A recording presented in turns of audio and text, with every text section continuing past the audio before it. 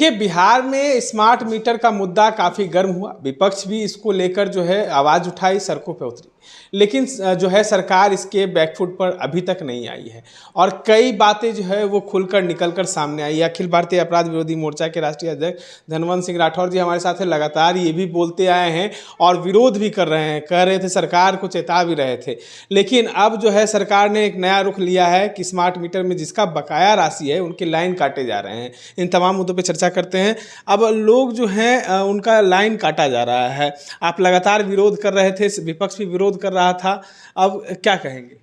देखिए, smart meter में जो विसंगतियां थी वो कोई नेता या कोई अधिकारी तक ही आरोप नहीं था।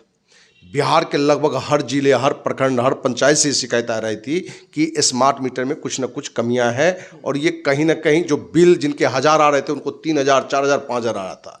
तो ये दर्शाता था कि कहीं ना कहीं उसमें कोई खेल है। और ये बात भी निकल कर आया कि जो स्मार्ट मीटर की जो कंपनियां हैं, आईएएस संजीव हंस को मर्सिडीज कार, जमीन के लिए पैसे, तो जब किसी कार्य के लिए किसी चीज़ को शुरू करने के लिए एक बड़ा लेन देन होता है, भ्रष्टाचार का खेल होता है, तो ऑटोमेटिक है कि वो पैसा आपसे निकालेगा, पब्लिक से निकालेगा।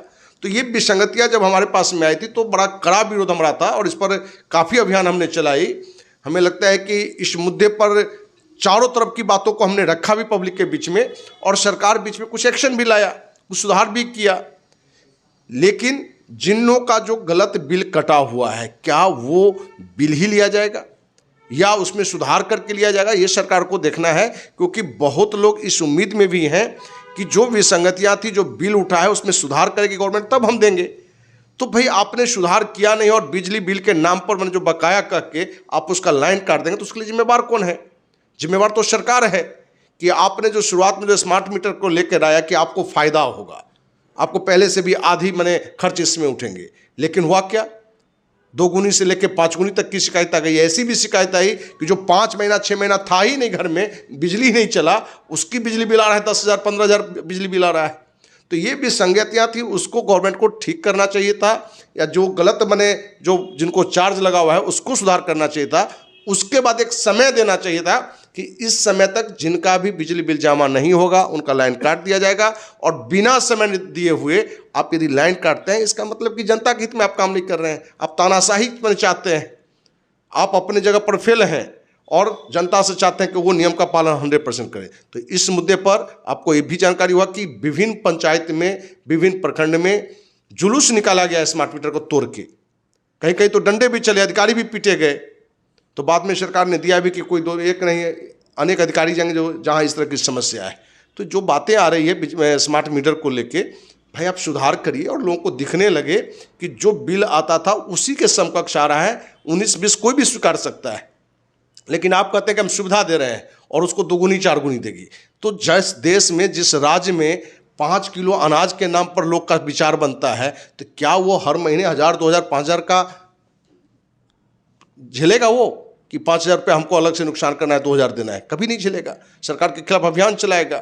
और आपको बता दें कि जनसुराज के प्रशांत किशोर ने कहा था कि इनको 3S ले डूबेगा, जिसमें स्मार्ट मीटर की भी चर्चा थी, शराब की भी चर्चा थी और सर्वे की चर्चा भी थी।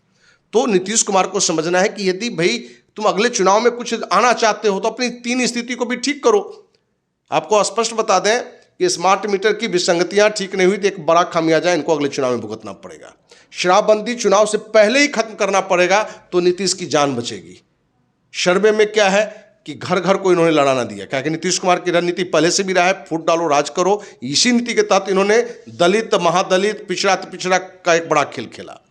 तो कहीं ना कहीं स्मार्ट मीटर एक बड़ी कंपनी को उससे जिससे बड़ा माल लिया है, तो आईएएस ना भाई करोड़ों लिया, मैंने तो एक मंत्री क्या लिया होगा, उसका हिस्सा मुख्यमंत्री को कितना गया होगा।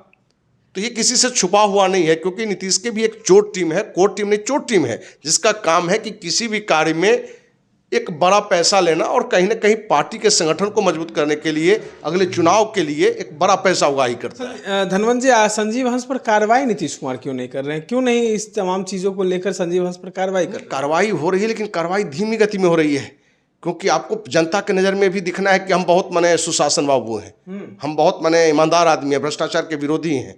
जबकि सच्चाई क्या है कि संजीव हंस का मुख्य संरक्षक नीतीश कुमार ही रहे हैं। यदि संजीव हंस यदि पूरी मुंह खोल देता है तो नीतीश भी इसमें फंस सकते हैं। अच्छा। और भी लोग इसमें फंस सकते हैं। नीतीश कुमार ही फंस गए। बिल्कुल फंस सकते हैं। और स्मार्ट मीटर वाला में तो स्पष्ट रूप से ये मैंने रिपोर्ट आ गया कि भाई इसमें संजीव हंस को मर्सिडीज गाड़ी दी गई, जमीन के लिए पैसे दिए गए। तो भाई एक आईएएस खाली पैसा लिया, थोड़ी मंत्री भी लिया है ना, उसका भी तो नाम आना चाहिए, वो कितना राशि लिया। तो ये जो विसंगतियां, बिजली वाला जो आपको दिख रहा है, स्मार्ट मीटर वाला दिख रहा है, कुछ कमा है लेकिन पूरी तरह से आज भी खत्म नहीं हुआ है। और जब तक ये पूरी कमियां खत्म नहीं हो जाता है, अखिल भारतीय अपराध विरोधी मोर्चा इस मुद्दे पर अपना आवाज़ उठाता रहेगा, क्योंकि जनहित में जो सही लगेगा हर किसी को उठाना चाहिए। इस मुद्दे को विपक्ष भी ने भी उठाया। विपक्ष का होता है कि हर मुद्दे पर राजनीतिक फायदे के लिए, लेकिन ये एक मुद्दा ऐसा था जहां जनता का फायदा था, तो जनता भी विपक्ष की बात में आया।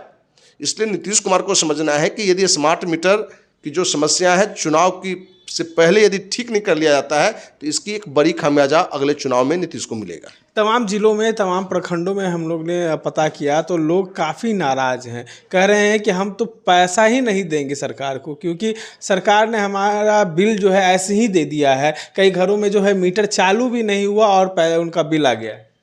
देखिए, उनका ये जो मुद्दा उठा है वो जायज भी है। जिसको लगता है कि हमको 2000 उठना चाहिए, उसको 10,000 उठा हुआ है, क्यों देगा 10,000? तो सरकार को चाहिए कि उन पर माने कोई कमेटी बैठा के और सच्चाई को आकलन करे, और जनता को ही छूट देना है।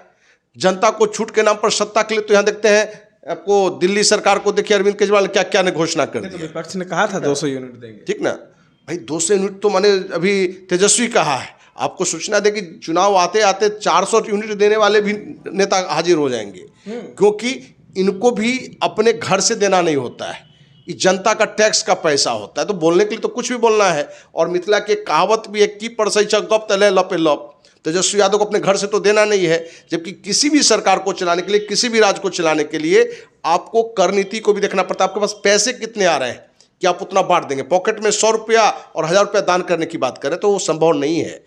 तो नीतीश कुमार ने बहुत चीज में सुधार किया है, जैसे नौकरी के नाम पर नौकरी का ऐसा बरसात कर दिया, ऐसा आपको बता दें, जो अच्छी बात है बिहार के युवा बेरोजगार के लिए। लेकिन आगे वेतन देने में समस्याएं आएगी, वेतन देने में बिल्कुल आएगी, क्योंकि आपका राजकोष में क्या है, एक बड़ा राजकोष में पैसा जो फंड आता शराब से, तो उस पर आप रोक लगाए हुए हैं, खाली अपनी कमाई के लिए, ब्लैक मनी माने हर मने सत्ता के लोग के लिए, पुलिस मालो माल हो, शराब माफिया मालो माल हो, एक्साइज मालो माल हो।